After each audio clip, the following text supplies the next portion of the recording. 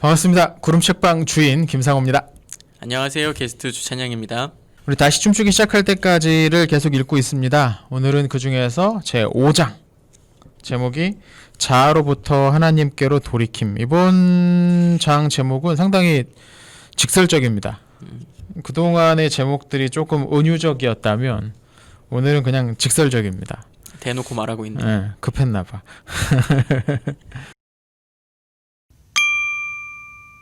제 5장은 시편 77편을 가지고 이야기를 합니다. 이 시편 77편에 담겨있는 그 시상의 변화를 따라서 이 상황 가운데서 우리의 신앙생활이 어떠해야 되는지를 말하고 있는 그런 장인 거죠.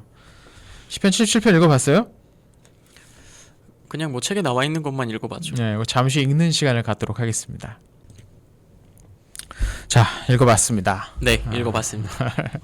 월터 브루그만은 이 시를 크게 이제 두 부분으로 나누고 있어요. 전반부에는 어떤 탄식으로 시작되죠. 이 시가. 이 책에는 이제 그 다른 번역을 이제 읽었고, 다른 번역을 이제 실어놨고, 개역개정 기준으로는 내가 내 음성으로 하나님께 부르짖으리니, 내 음성으로 하나님께 부르짖으면 내게 귀를 기울이시리로다 하면서 뭔가 강력하게 하나님께 이제 도움을 구하는 어떤 그런 모습입니다.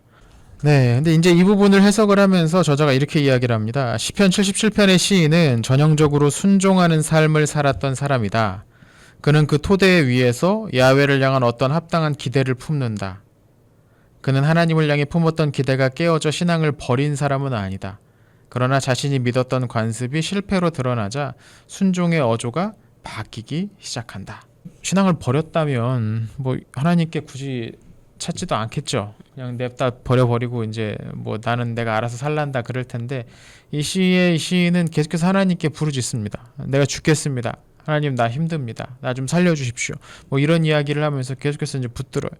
근데 그 붙드는 것이 어떤 좀 어조가 불안해하고 괴로워하고 근심하면서 이제 붙드는 그럼에도 계속해서 기도하는 그런 모양이라는 거죠. 어떤 확신을 품고 하나님이 나 도와주실 겁니다. 아멘 아멘 그렇게 나가는 게 아니고 왜냐면 지금 겪고 있는 상황이 정확히 어떤 건지 모르겠지만 굉장히 괴롭기 때문에 어찌할 바를 모르기 때문에 이거 딱 이제 왜 이 시를 여기다 실어놨는지 알겠죠.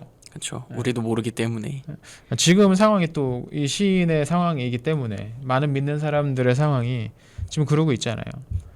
단지 우리가 뭐 코로나 사태 때문에 이 책이야 뭐 그걸 좀 겨냥해서 쓰긴 했지만 그뿐 아니라 우리나라 지금 기독교계의 모습을 보면 답답하잖아요. 현실적으로도 답답하고 영적으로도 답답하지 않나 싶어요.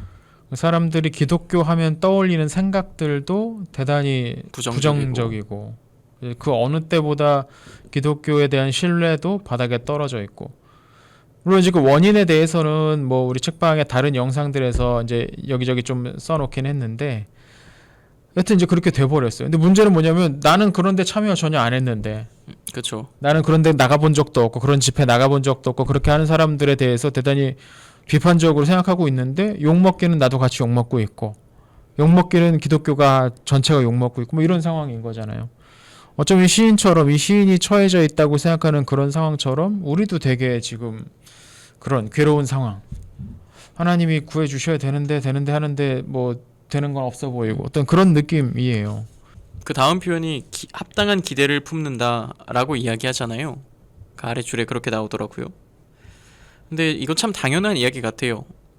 어려서부터 교회 잘 다니고 말씀 잘 지킨다고 살아가고 이렇게 살면 그에 합당한 기대를 바랄 수 있지 않을까요? 그렇죠. 많은 기독교인들이 이제 그렇게 신앙생활 해 왔겠죠. 그렇죠. 말씀 잘 읽고 묵상하고 지키고 순종하고 교회 열심히 잘 교회 생활하고 그러면 복 받는다 라는 식의 교육을 많이 들어왔으니까 교회 안에서 이 시편 77편의 시인의 당혹스러움은 바로 거기서 나오는 거죠. 우리의 상황도 그런 거죠. 이 시편뿐만 아니라 우리의 상황도 지금 당혹스러운 거죠. 우리나라 기독교 인구가 얼마나 될까요? 한 500만 될까요? 제가 마지막으로 들었을 때 1000만이었거든요. 그건 말도 안 되는 소리고. 근데 한번 바뀌었다고 한 다음에 들은 거는 800. 800만. 그래서 한 500만이 이제 그래도 나름 양심의 가책을 느끼면서 살아간 사람이라고 한다면 그 사람들이 전부 다 뭐 이상한 거 지지하고 그러지는 않을 거란 말이지. 근데 대부분 사람들이 그렇게 이제 살아왔을 텐데 나름 하나님 안에서 말씀 들으면서 뭐 죄 지을 때도 있지만 그래도 반성하고 회개 다시 하고 그렇게 살아왔다고 한다면 이런 당혹스러움이 드는 거죠. 그런 식의 교육만 받아왔다면. 근데 그렇게 배울 수밖에 없지 않나요? 순종하는데 벌 받아 이럴 순 없잖아요. 네. 그러니까 그게 이제 과연 적절한 것인가를 좀 음. 생각을 해봐야 된다는 거죠. 이 책에서 저자가 이야기하는 건 바로 그 생각을 어떻게 우리 지난 시간에 배웠던 그 용어 리컨스트럭처라이즈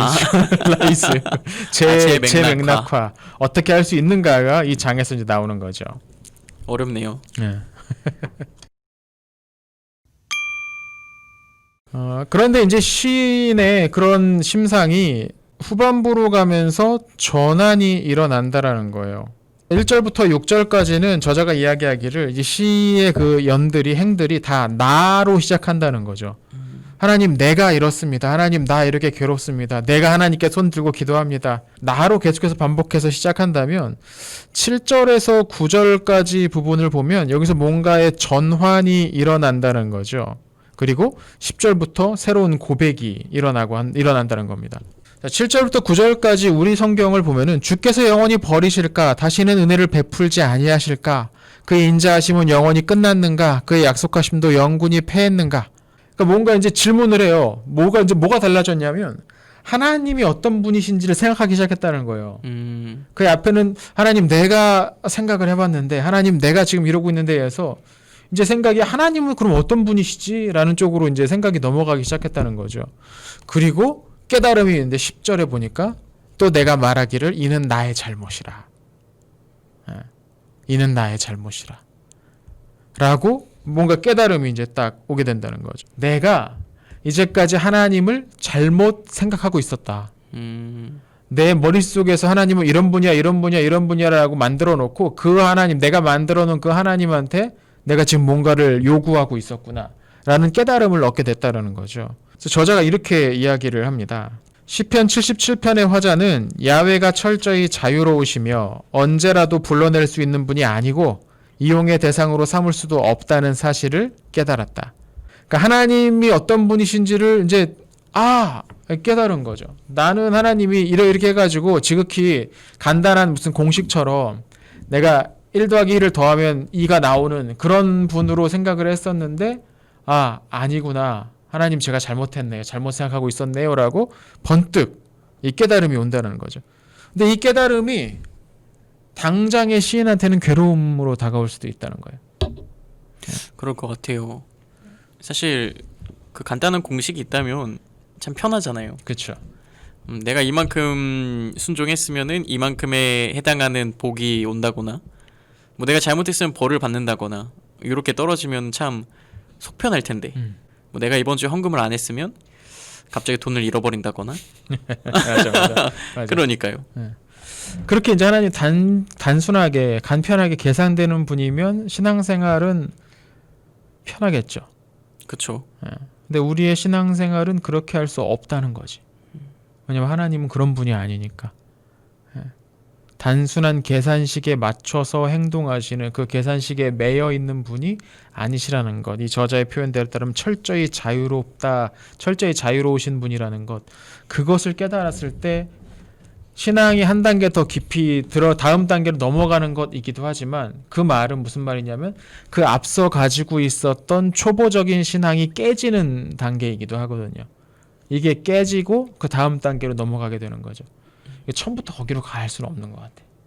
한 번에? 네, 한 번에 거기로 가기는 없는 것 같아. 하나님도 처음부터 그렇게 하시는 않으시는 것 같아. 구약의 율법을 읽어보면 사실 당연히 동등한 보상이 제시된다고 생각이 될 수밖에 없는 것 같아요. 왜냐면은 뭐 했을 때 뭐 한다, 뭐 했을 때 뭐 한다 이런 공식적인 표면적인 그런 표현들이 많기 때문에 그러니까 신앙의 첫 단계는 아마 어린아이들을 이끌어주는 것처럼 하지 않을까 싶어요. 우리가 어린아이들 가르칠 때 그렇게 하잖아요. 너 그쵸. 동생이랑 싸우지 않으면 이거 줄 거야. 사탕 주죠. 뭐 이렇게 가르친단 말이죠. 근데 다 컸는데 너 동생이랑 안 싸우니까 내가 사탕 줄 거야는 좀 이상하잖아요. 나이 25 먹었는데 너 동생이랑 안 싸우면 내가 이거 과자 줄 거야? 이렇게 해서 이 대하는 거는 어른을 대하는 건 아니잖아요. 그러니까 신앙이 어느 정도 성숙해지면 비로소 이제 시인 이 시편 77편을 깨달을 수 있게 되는 거죠. 시편 77편의 시인과 같은 깨달음을 얻을 수 있게 된다는 거죠. 어렵네요. 별로 벗어나고 싶지 않은데요. 그럼 맨날 사탕만 먹는 거야. 있어. 그쵸. 예.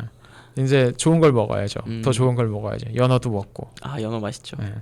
더 좋은 걸 먹기 위해서는 다음 단계로 넘어가야 되는데 초보적인 단계만 머물러 있으면 안 된다는 거죠.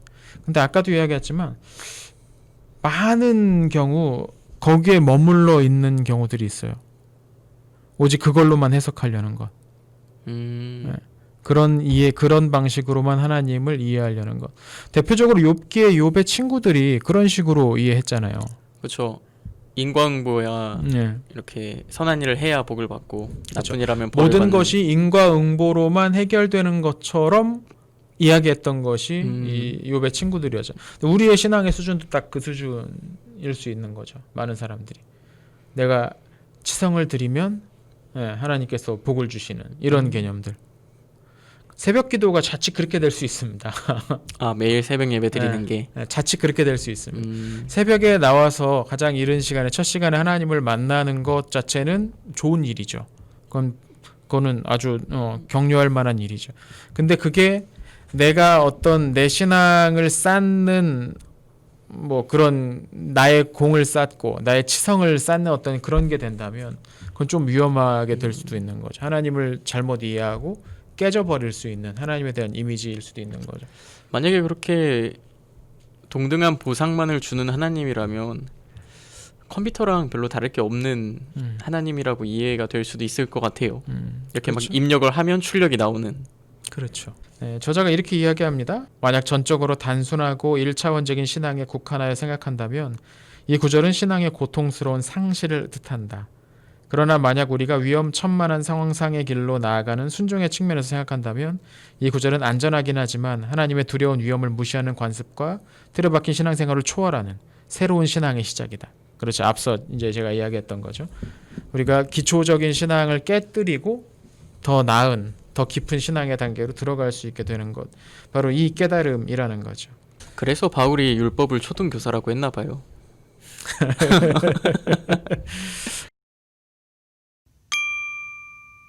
자, 그래서 이제 그 깨달음을 얻은 시인은 어떻게 변했는가? 이거에 대해서 저자가 이렇게 얘기하는데 11절에 나타나는 변화는 율법의 종교에서 은혜의 종교로의 이동이다. 이는 우리가 통제에 의해서가 아니라 은혜로 산다는 인식을 명백하게 표현한다. 다른 한편으로 소비자 중심주의의 특성이 있는 우리 사회에서 사소한 도덕주의적 순종의 종교는 포만의 경제학과 행동을 같이 한다는 점에 주목하라 라는 표현이 나옵니다. 이 소비자 중심주의나 사소한 도덕주의적 순종의 종교 또는 포만의 경제학이 한쪽에 있어요. 이건 하나님의 어떤 은혜를 의지해서 사는 게 아니고 하나님이 나의 필요를 만족시켜주는, 하나님은 나를 위해 존재하는, 이게 이제 소비자 중심주의인 거고, 사소한 도덕주의적 순종의 종교는 아까 이야기한 것처럼 내가 이런 거 순종하면 이런 복 받고 저런 거 순종하면 저런 복 받고, 이런 단순하게 내가 뭔가 어떤 순종에 대한 대가로 복 받는 그런 종교. 그러니까 이게 전부 다 이제 같은 의미인데, 그러니까 오직 내가 뭔가 만족스럽고 내가 뭔가 얻어내는 것이 신앙의 전부인 양, 내가 뭔가를 하는 것은 그보다 더 큰 복 받기 위해서 하는 거예요. 이 은혜로 산다는 게 참 힘든 일인 것 같습니다. 대부분은 은혜로 산다고 이야기하면서도 내가 하는 것으로 산다고 생각하거든요. 은혜로 산다고 할 때 구체적인 예시를 들 수가 있을까요? 하나님께서 그분께서 주시고자 할 때 주시는 거죠. 근데 우리는 그렇게 기대하지 못해요. 우리는 내가 달라고 할 때 주시기를 바래. 내가 요구하고 또는 내가 그것을 위해서 뭔가를 했을 때 자연스럽게 이제 거기에 때에 맞춰가지고 나한테 뭔가 주시기를 바래. 근데 하나님의 은혜로 산다는 건 하나님의 때에 하나님께서 필요한 것을, 하나님께 적절하다고 생각하시는 것을 주신다는 거잖아요. 그 주도권이 내가 아니라 하나님께 있어요. 근데 이렇게 살기가 이제 어려운 거죠. 왜냐하면 우리는 우리의 인생의 계획표를 스스로 계속 세우고 있어요. 말은 안 해도 겉으로 그럼요. 표현은 못 하거나 뭔가 글로 남기거나 하진 않더라도 내 인생은 몇 살 때쯤 어떻게 되고 몇 년 후엔 어떻게 되고 이걸 내가 다 계획 세우고 있어요. 그리고 내가 그걸 만들어 가려고 애쓰고 있어요. 이건 이제 하나님께서 내 계획표에 맞춰주지 않으시면 이제 화가 나는 거지. 차질이 생기죠. 예, 막 비탄하고 하나님 왜 그러시냐고. 이 정도 했으면 들어주셔야지. 제가 그동안에 뭐 그렇게 크게 잘못한 거 있냐고 막 이렇게 따지기도 하고. 근데 하나님의 은혜에 맞춰 산다는 것은 그것을 내려놓는 거거든요. 이게 이제 참 애매한 선이 있어요. 그러면 은혜로 사는 것은 아무것도 안 하는 거냐? 그건 또 아니거든. 그렇잖아요. 아무것도 안 하고 공부 안 해도 내가 뭐 준비 아무것도 안 했는데 하나님께서 때가 되면 나를 유학 가게 해주실 거야. 이런 헛된 망상을 품고 있는 건 그런 망상과는 다른 거죠. 하나님의 은혜로 산다는 것은 나는 준비해. 나는 이런 것들을 차곡차곡 쌓아두고 있어. 근데 하나님께서 그것을 사용해서 언제 무엇을 하실지는 하나님께서 하실 일이지. 그리고 그것에 대해서 늘 받아들이고 감사해야 되는 거죠. 일단 이렇게 사는 게 그러니까 참 어려운 것 같아요. 이게. 자기가 계획한 걸 포기할 줄 알아야 되겠네요. 그쵸. 그게 중요한 거겠죠. 근데 그거 너무 어렵잖아요. 매우 어렵죠. 맞아요. 인생의 목표를 세웠는데 만약에 하나님이 그 길을 열지 않으신다면 하나님 탓할 것 같아요. 그렇죠. 그래서 여기서 이제 우리가 선택의 기로에 몰리게 되는 거죠. 이제 그 질문에 깨달았어. 아, 하나님은 이런 분이시네? 라는 걸 깨달았어요. 이제 우리는 어디로 갈 것인가? 다시 1절에서 6절의 세계로 갈 것인가? 아니면 10절, 11절 이후의 세계로 넘어갈 것인가? 이 시편의 시인은 그 다음 단계로 이제 넘어가게 됐다라는 거죠. 그런 표현이 나와요. 하나님의 자비로 말미암아 이 시는 이전으로 되돌아가지 않는다. 만약 그랬다면 이 시는 단지 우리의 끔찍한 자아 몰두를 비추는 거울에 불과할 것이다.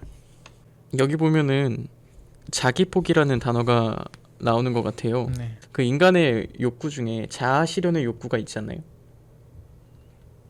그거를 가장 최상위의 욕구로 이렇게 배웠던 기억이 있어요. 네. 이렇게 뭐 먹는 거, 뭐 성욕 뭐 이렇게 하고 맨 마지막 피라미드 꼭대기에 자아 실현의 욕구 이렇게 다 둔 것 같은데 사람이 그걸 포기할 수 있을까요? 그러니까 은혜가 필요한 거죠. 우리의 삶에서 이걸 위한 시간이 그러니까 많이 필요하다는 얘기이기도 하죠. 방금 아까 읽었던 그 구절 보면은 나는 기도와 예배가 자기 포기에 가장 적절한 영역이라고 주장한 것이 아니다. 그러나 우리 삶에서 이러한 이동을 위한 예전적 방법이 없다면 우리는 인격적 성숙에 관해서든 사회적 변화에 관해서든 다른 어떤 곳에서도 그러한 이동을 만들어내지 못할 것이다. 근데 여기서 이제 저자가 아주 적절한 표현을 했는데 기도와 예배가 이것에 중요하다는 이야기예요. 그러니까 우리의 기도와 예배는 정말 그러고 있는가? 자기 부인을 위한 난 지금 그것도 한번 점검해 볼 필요가 있다고 생각해요. 나를 하나님께 맞춰가야 되는데 하나님을 나한테 맞춰가는 그런 기도가 되면 하나님을 이용하려고 하고 여전히 나에게 집중된 삶을 사는데 거기에 이제 도움을 주시는 분이 하나님이 되기를 바라는 그런 차원에서 신앙생활을 하고 있는가? 이건 충분히 우리가 고민해 봐야 될 부분인 것 같아요. 실제로 저자가 말하는 것처럼 후반부에 가면은 이제 나라는 표현이 없어져 버립니다. 앞에서는 그렇게 계속해서 내가 어떻고 하면서 나의 이야기를 했는데 뒷부분에서는 아예 그 주어가 사라져 버려요. 이제 하나님이 하신 일들, 하나님이 하신 행위들 뭐 이런 것들에 관한 이야기만 쭉 집중된다는 거죠. 이게 이제 이 상황을 재맥락화하는 작업이라고 할 수 있는 겁니다. 하나님이 누구신지 깨닫는 자가 해야 될 행동이겠죠.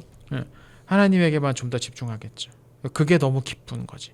하나님이 하신 일에 집중하는 것이 너무 기뻐지는 거죠. 이제 하나님께 집중한다고 해서 지금 상황이 변하는 건 아니잖아요. 네, 그렇죠. 여전히 상황 그럴 수 남아 있어요. 여전히 시인을 고통스럽게 하는 일들이 남아 있을 수 있어요. 근데 시인은 이제 그걸 언급하지도 않게 됐다는 거예요. 관점 자체가 바뀐. 관점이 완전히 바뀌어 버렸어. 하나님께 온전히 돌아가게 됐어.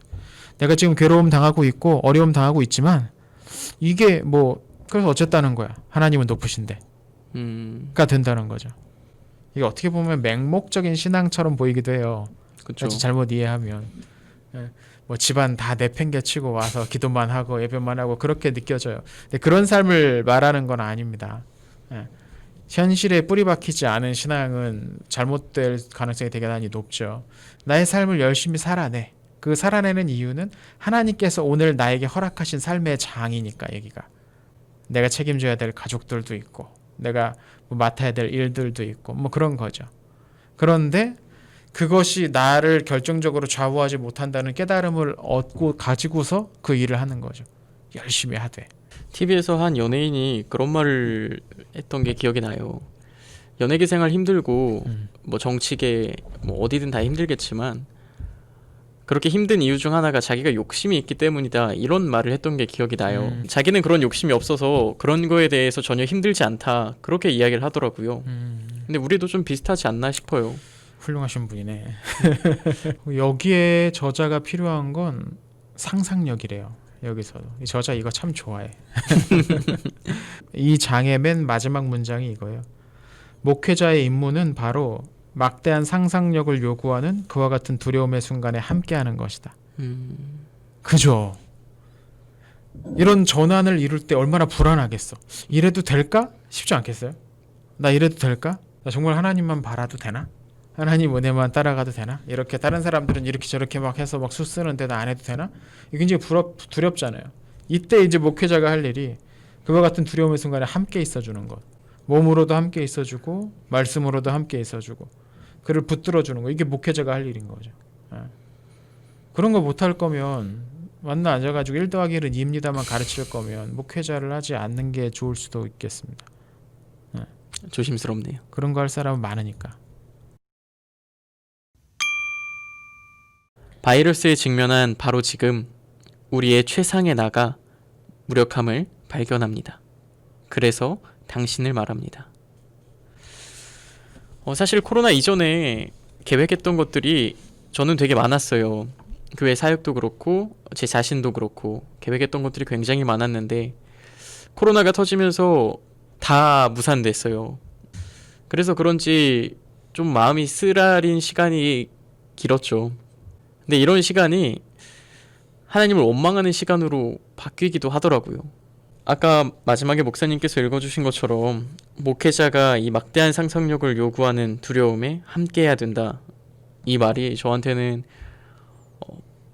도전도 되면서 부담도 되는 그러한 문장이었던 것 같습니다.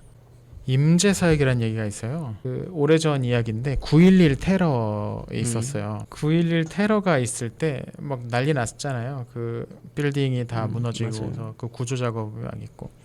근데 어떤 책에서 봤는데 그때 그 채플린이 군목 내지는 경목이라고 부르는 거기 가서 서 있었대요. 아, 9.11 현장에? 아침부터 저녁까지 그냥 서 있었대. 아무것도 안 하고요. 근데 그 구조를 하러 소방관들이 왔다 갔다, 구조대원들이 왔다 갔다 하잖아요. 굉장히 불안하거든요. 이거 언제 무너질지 모르는 거거든. 지금 이렇게 붕괴됐는데 그쵸. 또 어디 무너질지 모르는데 사람 구하겠다고 마스크 쓰고 산소 마스크 쓰고서 거기를 뛰어 들어가는 거야.